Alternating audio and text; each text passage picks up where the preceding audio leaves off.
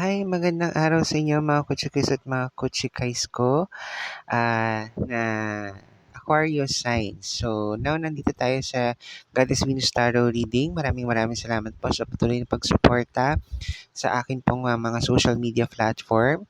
At ako po yung nagagalak na ako po yung patuloy ninyong tinatangkilik at kumbaga ay nakikita nyo naman po no, kung gaano ka resonating, no? O tumutugma sa atin yung mga reading. Somehow, yung mga na-reading ko na from the past, may mga private clients din tayo na nagpapa-reading sa atin from time to time, no? Mga regular client natin. Now, ito naman po reading natin is for collective people at ito po ay para sa Aquarius sign, okay?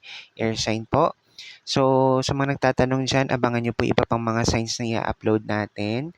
Like ibang zodiac signs, like fire, water, and earth signs. So, nauna na po yung mga uploads natin for the air sign. Hanapin nyo na lamang po kung ano yung mga videos na gusto nyo hanapin.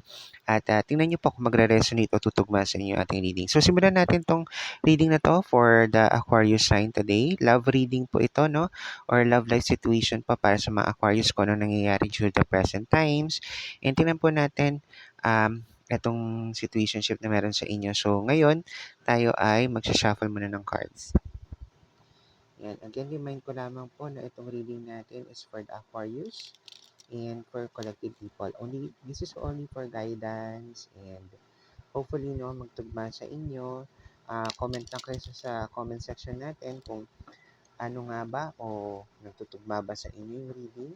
Let me know din kung ano pa yung mga thoughts ninyo regarding sa reading or iba pang gusto nyong nais na makita o mapanood na sa mga readings natin. Alright, so Aquarius.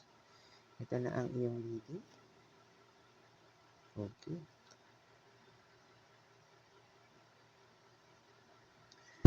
Alright, so most of you Aquarius, no, in terms of the situation, meron ditong Ace of Cups, Page of Wands, and the Moon.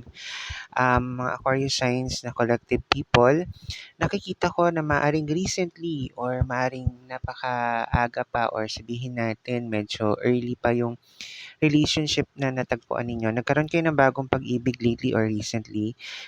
This will be impacting to most of you, no? Kung sino yung nagre-resonate sa inyo dyan, let me know. Comment kayo sa comment section natin. Kasi meron kang Ace of Cups nga, Page of Wands, and the Moon. And some of you, no, nakikita ko dito since nagkaroon ng panibagong pag-ibig from Aquarius signs, ay meron din ditong parang nangangamba or parang ah, may ipagpabuti mo ng ilihim ang mga sitwasyon na meron. Kasi aside from sa, sabi ko nga, nakatagpo ng panibagong pag-ibig, ay nakikita ko rin dito na maaaring nabuntis or nakabuntis, no? Para sa ito, Aquarius, no, kung ito yung nagre-resonate sa'yo, let me know dyan sa comment section. And again, the way you see it, no, parang sabi ko nga, since with the moon card in here, parang gusto mo nang ilihim ang mga bagay o sitwasyon kasi ayaw mo nang mapag-usapan or parang natatakot siguro na pag-usapan ng mga kung sino-sinong tao, mga kapitbahay, mga kaibigan, or sa family. Parang some of you are really in denial pa na kung nabuntis or nakabuntis. Parang hindi pa totally ready for this kind of situation. So, sa nakikita ko dito, ay kailangan magkaroon ka ng konkretong desisyon about it kung ano yung tamang gawin, Aquarius, no? Kasi mahirap naman kung ikaw ay maglilihim pa di lang sa pamilya ng partner mo, pati sa pamilya mo, or kahit mga friends mo. Pero kung hindi pa naman ready to announce it, no, sooner, magkaroon ka ng konkretong decision about it kung ikaw ba ay nais ng ipahayag or sabihin sa karamihan na ikaw ay maring nakabuntis o nabuntis, no?